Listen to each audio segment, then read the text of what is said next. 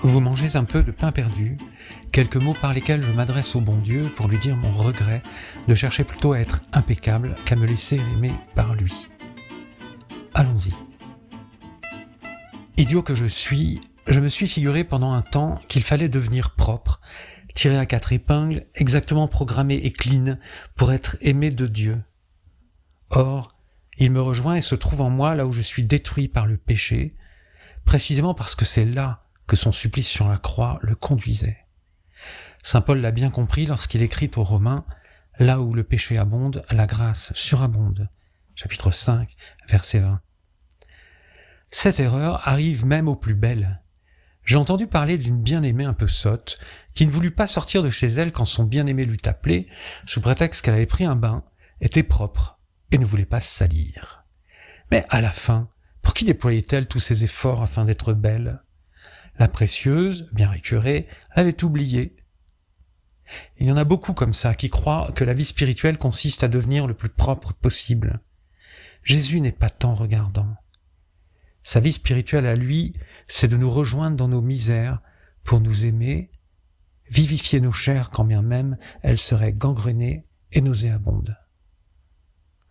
C'est dans la misère du pécheur qu'il excelle, pas dans le péché lui-même bien sûr, mais dans l'extrême pauvreté et l'isolement dans lesquels le pécheur se trouve.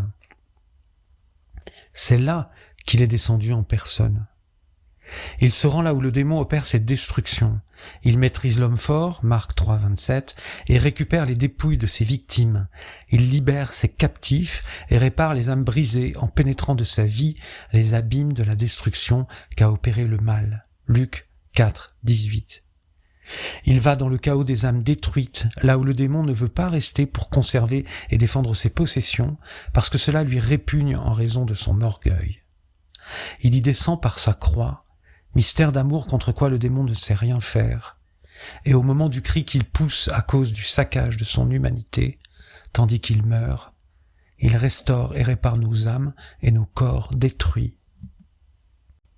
La bien-aimée dont il est question est celle du Cantique des Cantiques, chapitre 5, verset 2.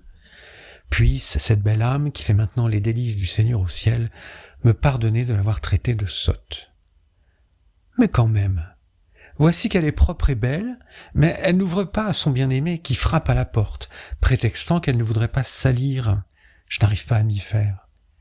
Quand elle se décide enfin, il est parti. Il est possible dans la vie spirituelle de croire que la pureté est le but et d'oublier que c'est l'union d'amour qui est le but. Personnellement, je suis sale, mais maintenant j'ouvre tout de suite, car je sais que Jésus n'est pas très regardant. Ce qui l'intéresse avant tout, c'est l'amour. La propreté est secondaire.